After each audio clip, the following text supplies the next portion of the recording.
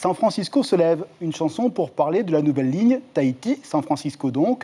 Opérée par United Airlines, elle fonctionnera sur la base de 3 allers-retours par semaine.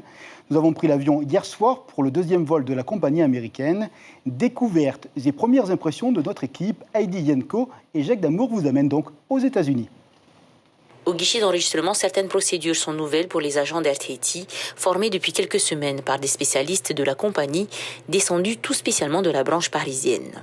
Pour eux, c'est vraiment pas facile parce qu'ils s'occupent de 3 ou 4 compagnies, je crois, et à chaque fois, ils doivent apprendre un système différent.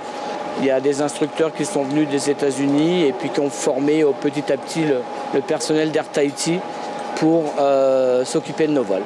Parmi les passagers, un Polynésien qui part sur San Francisco pour la première fois. Un choix poussé par le prix et la proximité de la ville d'un festival de Ori Tahiti. C'est la première fois que je vais à San Francisco, donc ça va être,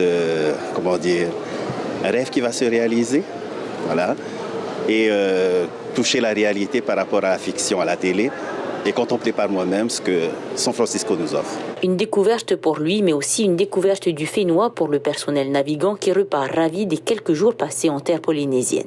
Ils ont beaucoup apprécié l'accueil, le service, la chaleur des Polynésiens. C'était formidable. Encore quelques photos et c'est parti. United est la première compagnie à avoir opté pour les Dreamliners sur le sol américain. Celui-ci est configuré pour 219 passagers, dont 36 en classe affaires. La cabine économique, elle, se partage en 2 sections, l'économie et l'économie plus, avec plus d'espace pour les jambes.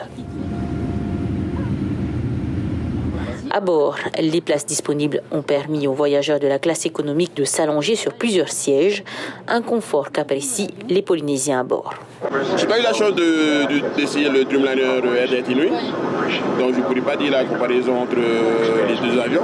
La place pour les gens, oui. C'était bien. Tout à fait. Et le service Le service est bien. La nourriture, elle est très américaine par rapport à ce qu'on a l'habitude de voir sur Air France et ATL. Mais sinon, dans l'ensemble, ça va. Ils ont plus minimisé parce que les repas sont très petits, on va dire. Mais il y a ce qu'il faut. Depuis Tahiti, avec un vent en poupe, le Dreamliner de United aura mis un peu plus de 7 heures pour rallier San Francisco.